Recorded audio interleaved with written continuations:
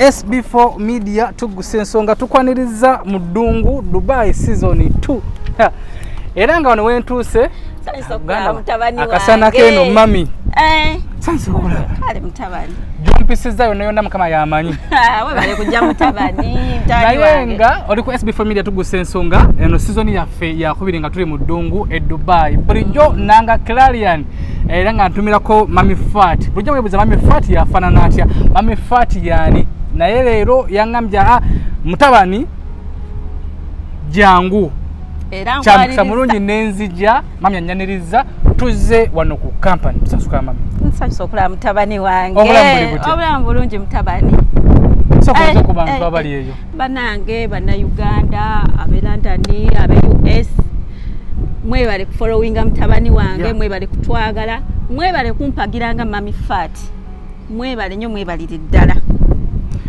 Okay, tuli wano ku kitebe ekikundowooza olaba mami tuze otulese kukyalirako era nagambye jangu olabe abantu kye bankoze mirimu gitambula mirimu gitambula bulungi mirimu nfuna bankubira amasimu ba odalinga baweereza ssente kati tusaba otwanjulire kampani eno kuba bulijjo nange njiranga bulanzi nga nesunga olunaku lwe nitukakokko wano kampani yiino wano wetusiguka konteina eno ebadde ejjudde esimbula leero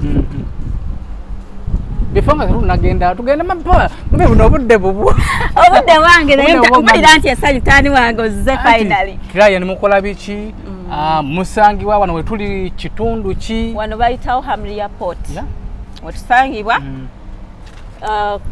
warehouse yaffe wesangibwa wano eno yes CLARION mukola ki tutika emotoka tutika buli kyabusuubuzi kyonna spare era abewa kisekka batumirako nnyo bampagidde nnyo nga bw'okiwulira.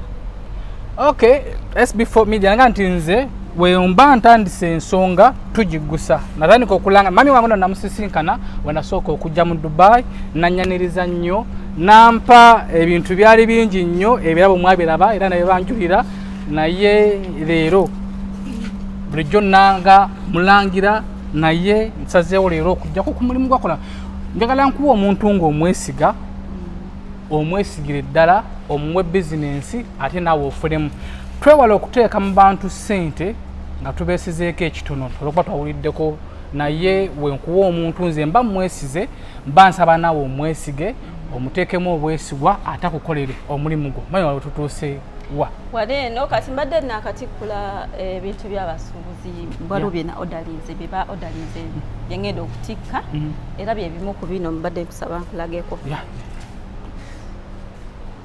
ate wano wetuyita wane eno wano mulimu office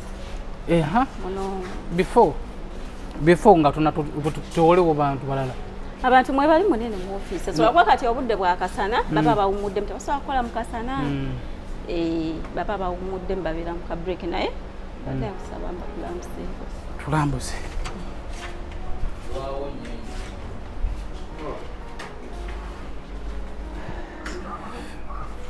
kakati mutabani wange SB4 mbadde nkusaba nkwanjulire timu yange eno nene so muli musigukola nze kaba nange timu yange mbadde nsaba bakweyanjulire manya nze Hamza Kaliowa nga nkola nga sales manager Uganda o Kampala team fe tukwasaganya okutwala ebintu ku mazzi ne ku nnyonyi nga tugamba ku nnyonyi tukuwa ennaku 2 ebintu byo oba obifunye eri ku basuubuzi abagala okukozesa ennyonyi ne speed then we tujja ku mazzi tukozesa ennaku 18 ku 19 container yaffe eba emaze okutuuka. We are CLARION shipping company. Company eno tukolagana n'abantu ab'enjawulo bangi ngenda kubanjulira nange timu yange gyenkola nayo omulimu ogwa sales naye ngenda kutandikira ku mukama waffe yennyini owa sales manager group Mwami Harun Samuel oyo ye sales manager waffe ye mukama waffe fenna tu reporting eyo then tugenda kuddako omwami Nuruddin naye agenda manager agenda tubuuzako katini nnyo naye tubuulire ekigambo okuva eriye njagala saba omupeereza akantu kano. Yeah, Mr. Arun, you'll also say something about our company. Yeah. Hi, I'm Arun Samuel. Yeah, I would like to take this opportunity to express my gratitude to Mama Fatima, who organized this advertisement facility for covering CLARION Dubai and CLARION Uganda. And again, I would like to thank all of our esteemed customers who has been with us in the past and the present, and who are trust us. We will continue to support the same service which we are providing in future also. Once again, we hereby thank all the Ugandan nationality people here in Dubai also who trust CLARION. Thank you. Thank you so much. Assalamu alaikum wa rahmatullahi wa barakatuh. Amanya gange bampita Kasujja Nuruddin Senfuka, nga nze sales assistant manager wa Kampala group. So twebaza Fatuma olw'okutuleetera SB4 ku kago yaffe n'obukodyo nawo bukugu bw'okoseza okubeera nga osobola okukago yaffe okugirangira SB4.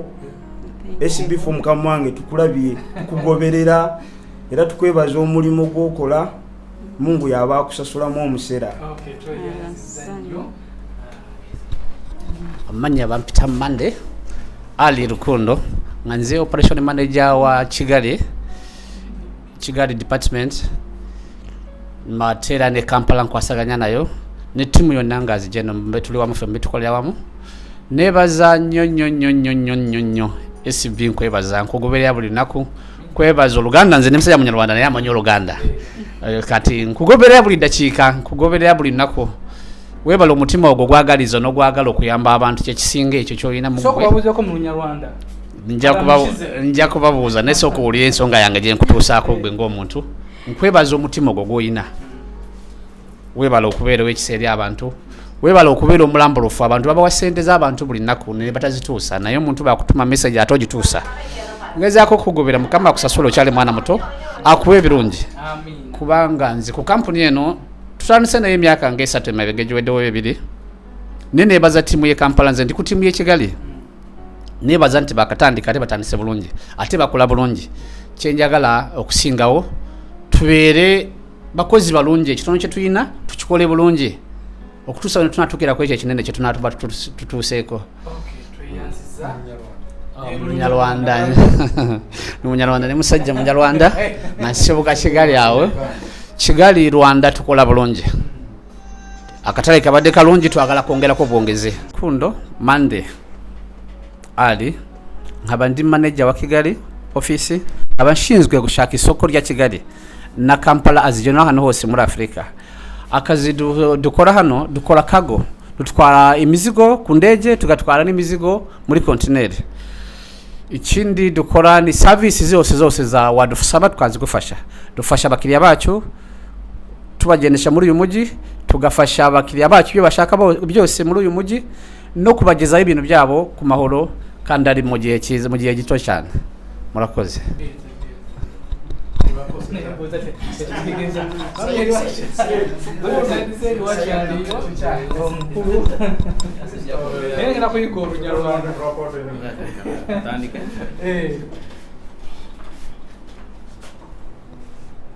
Assalamu alaikum wa rahmatullahi wa barakatuh. Amanya nedobozi mpitibwa Saidi Kaganda nga ndi sales executive wano ku CLARION. Sebo tutambuza ebintu ku nnyonyi nga bakama bange babagambye era SB4 ntwalo mukisa guno okwebaza ne tiimu yo yonna ne Fatuma kyokozo tuletera omusajja wano okwongera okutuusa eddoboozi yaffe eryawamu eri Abannayuganda mwenna abali eyo abali mu Emirati wano mwenna muleete ebintu byammwe tujja bitambuza bulungi nnyo ku nnyonyi ne ku container mwenna abali abakola mu mayumba ababeera wa nekolera jange mwenna muli ayina kyayina mubireete ebintu byammwe tujja bitambuza bulungi ate bijja tuukira muki mu budde tusangibwa wano ku Mamuza sebo tweyanza nnyo tweyanzeege okujja ne mutukyalirako wano. Assalamu alaikum warahmatullahi. Toyanziza nnyo toyanzeege olakoze cyane. Okay, kati mami tuba tuddawa mbadde njagala kulambuza kuba olabe kuba managers bange abalala aba finance operation managers so mbadde kusaba tugende nabo babuzeeko. Okay, bagamba ekintu kyamaanyi nnyo kyamaanyi njagala Bannayuganda baba bampadde emirimu bamanye nti bali ku kituufu kintu kyaffe. Ngenda kuva no mpadde ofa kweganzo kadoni na kuntikira bwerere. Ngenda kutikira bwerere mutabani. Neyanziza ofeyo. Naye nga omulimu gw'amaanyi. Mulimu gw'amaanyi mutabani. Bannayuganda bambi bebale ku nesiga. Temujjango okwo bamikwano. Temujjango okwo bambi banesize. Emirimu jojo girabisa. Baba waliwo yasubudde emipiira gy'emmotoka giijo. Ngenda gitikka muyenche eri gye nkulaze container yegenda leero bampagidde nnyo bambi Bannayuganda Abamerika London kakati wano mutabani wange wetutuuse nkulese wano operation office managers bakubuuzeeko okyalo no saba okwera mu bazungu atekwata. Where should I put it? Say hi to people for Kingdom. Yes. Okay. You want me to get off my mask? It's okay. You can remove. Okay. You remove. Okay. Hi. My name is Reena, and I head the Department of Operations. And I am thankful to the people of Uganda for bringing and giving us an opportunity to serve you all. We also have a good team of sales who are dedicated and are very, very, very hardworking. Please support us. We will give you the best kind of a service. Time and again, you can come back to us. We are here, we are experienced, and we look forward to serving you all. Okay, thank you so much. So Madam Rina mchala mlungi because mwagala nnyo nnyo mulungi mulaba naye mulage kyesimanyi wandi mukumulimu mutabani wange wano wenkulese wenkutuuse wa finance because munange mbadde bamuta Rainson badde musaba naye ababuuzeeko. Oh, nice to meet you, boss. Hi, good afternoon. Good afternoon, boss. How are you? Hi, good afternoon. I'm Rinson Matthew. I'm taking care of the Clarion shipping, the finance and admin manager, as I like admin manager. We have good service for Kampala, Uganda, and last 10 years we are serving in Kampala, air freight, sea freight, full container FCL, LCL, air freight also we are doing, door-to-door service also we providing. Our Clarion Shipping Service LLC established in 1996 plus 26 years we are servicing in Middle East. We have Africa sector, Asia, Middle East, all over the world we give providing the service. Okay, we have good team for Kampala. Thank you for our team. Then same time I'm very thankful for our supporting customers. Hopefully I requesting to our customers also support more support for us. We'll provide the good service in Kampala, Kigali, Congo, all branches we providing that one. I wish you all the best for our team also for good performance. Okay, I expecting your more cooperation. Okay, thank you very much. Okay, thank you so much. Oh, Mami Fati. Omulimu gw'amaanyi njagala Bannayuganda bampe ebintu nga balaba. Akati mutabani waneeno mmaze okulaga wa finance. Badde njagala kulambuzeeko ku bintu bye tugenda okutikka ekiro kya lwaleero. Kulaga n'ebigenda kontini ezigenda leero. Bye tuyiseeko wali. mulimu gw'amaanyi wani naye nga mwebale kukola bannayuganda mwena abaatukkiririzaamu ne mutuwa bizinensi bannange tweyanziza nnyo nange kimpa amaanyi okubeera nga bwe mbaleetera bizinensi bwe mbaleetera omuntu gwe neesize naye mumwesiga chance ekyatukutte ekyankute nga SB4 Media nti sibaleeterangako omuntu ate ne mutamukkiririzaamu nze okubaleetera omuntu mba maze okumwesiga era mba maze okumwekenneenya mbadde nkulaga bintu bimu ku bye tutwala spare parts ebya saluuni mbadde nkusaba nkulage ku spare kati byetugenda okutikka ekiro kya leero bibino gye emipiira gigenda mu container leero egino kimu waliwo ne giri biri ebyo bigenda kiro ebyo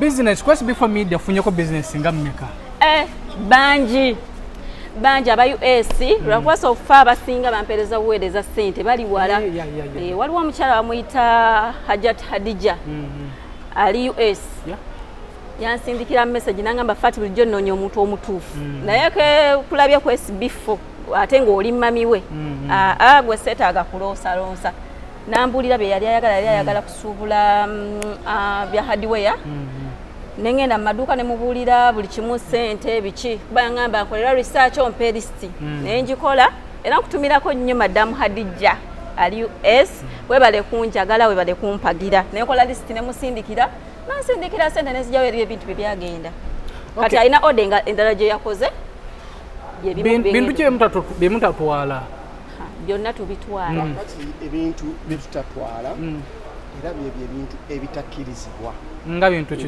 Uganda nga bintu ki tutwala mundu tutuleetere mundu tetutwala ebintu byonna UNBS yetakkiriza okuyingira mu Uganda naffe tetukola ki tetubitwala tutwala ebintu ebyakkirizibwa UNBS n'ebikkirizibwa gavumenti yaffe eya Uganda era ekintu ekyo tulina ne ba inspector wano aba inspectinga ebintu najja ne bakkiriza nti kino kikkirizibwa okgenda kino tekikkirizibwa okgenda mbanga nze nengula ka bomu kange temusobola kantwala tetutwala bomu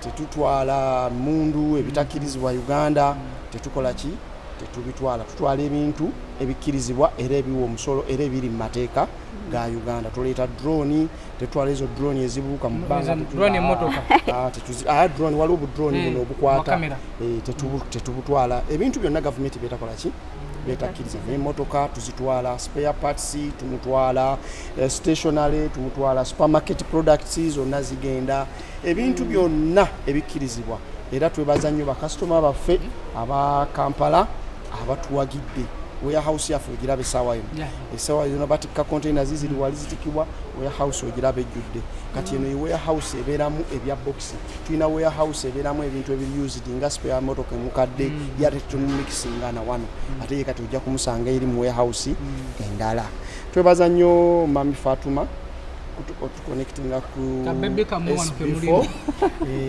tukwebaliza ddala omulimu gwokoze munene nnyo era nkusuubiza nti kampani ekintu kino tekitunuulidde nga kyakusaaga ekintu kinene nnyo nti obadde olina level okitadde so abantu bonna batwesige nnaku bbiri ebintu by'ennyonyi tubitwala mu kiro tupima tutwala ebintu ku mazzi ng'era babagambye mu nnaku 18 container yaffe eba emaze okutuuka twebaza nnyo ne Kampala ttiimu yaffe nayo nnene nayo gyeri era tubakwasaganya nabo wabawo ekiganye kintu kibanga kitambula bulungi. Okay, Mami wange mutabani nze mpwira matidde n'omutima gwange ozinengira yeri gyebatikka mamotoka ogenda Kampala emmotoka nazo zigenda Kampala naye nga nebaza nnyo bakasitoma bange abe US bambi bampagidde nnyo nekyendabye zofani muzitwala kutwazi Kampala muno temulekaamu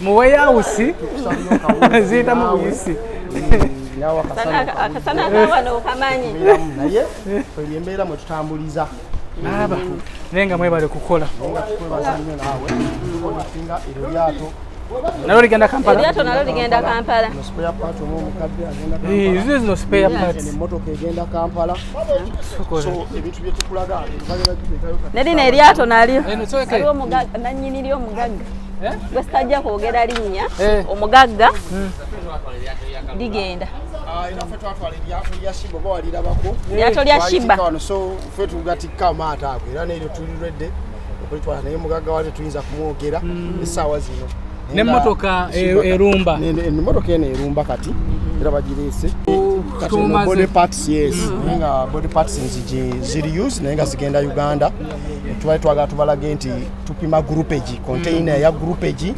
netukutwalya kubanga oyinza okuba tosobola kujjuza container netukuteekeramu netugamba kusinziira ku bintu byo biri mu fuuti 3 nosasula ezo fuuti 3 kati tuba ba consolidator kati ngiye tubalambuze eno container ejjudde egenda kuvaawo era yeesibiddwa yegenda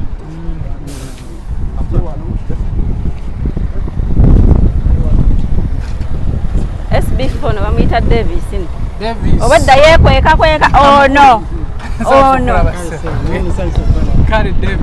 mukozi munnange yasinga okukola kuba ndaba yenna akatuuyo buli wamu abeerawo naye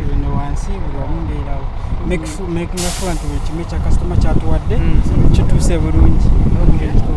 Okay, twayanzanye Mr. Davis tugenda wanate ku gundi ku container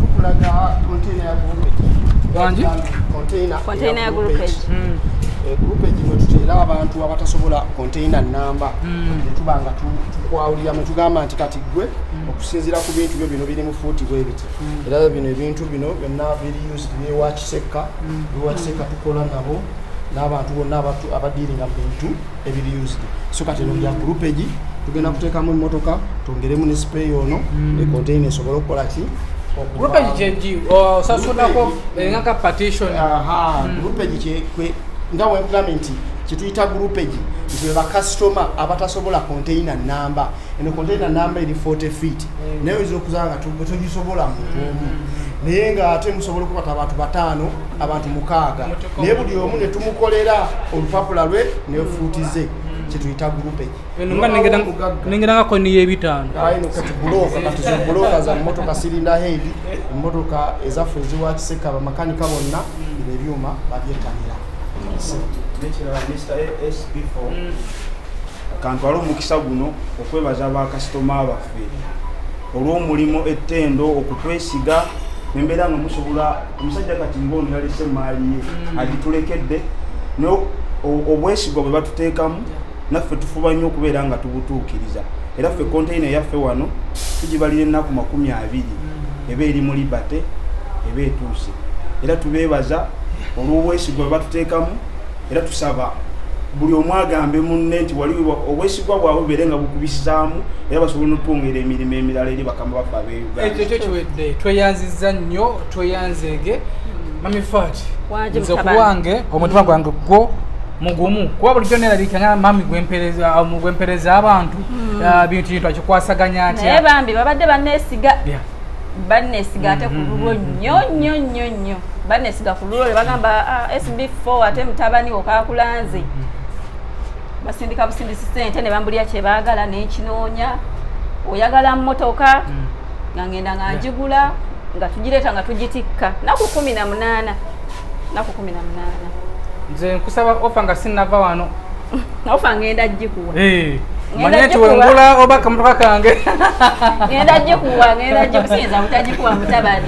Okay, tweyanziza nnyo tweyanzeege SB4 MEDIA tuguse ensonga nze sitera kulemera ku nsonga nga sijuguse Mami Fat ndoza mulabe bulijjo mmanyi oba ekikazi ekiryawo kinene kikazi kikulu naye mami bwato abaana mwenna abaana bokola bali abakola naye nekirala mutabani nkutira bana abaagala okutandikawo business mbakwatirako waliwo abati okutandika business mbakwatirako nembalaga batandika batya business okitegeera waliwo abati okutandika naye nze wendi kulamwe munneesige musobola okukola ekyo ekyali ekiroto n'okituukiriza badde mbasaba banneesige. Okay, tweyanziza nnyo tweyanzeege esimu eri ku screen yo ojja kubeera nga contactinga gwayagala okusuubula eno e Dubai ayagala okubeera nga oli mu Uganda wali agadde bakusuubulire simu eri ku screen ye solution buli kimu kibeera kiggwa mami neyanziza tokunkyazaako naye webale kujja kunkyalirako nange webale kujja kundabako mutabani okay n'olw'ensonga ey'abakulu nsanyusa okubasisinkana bataata nange ndi musajja mugeyi era ndina muganda wange saawa zino era ofa nga bwogisabye mami wo tujja gitusa direct alhamdulillah oba olina muganda wo saawa zino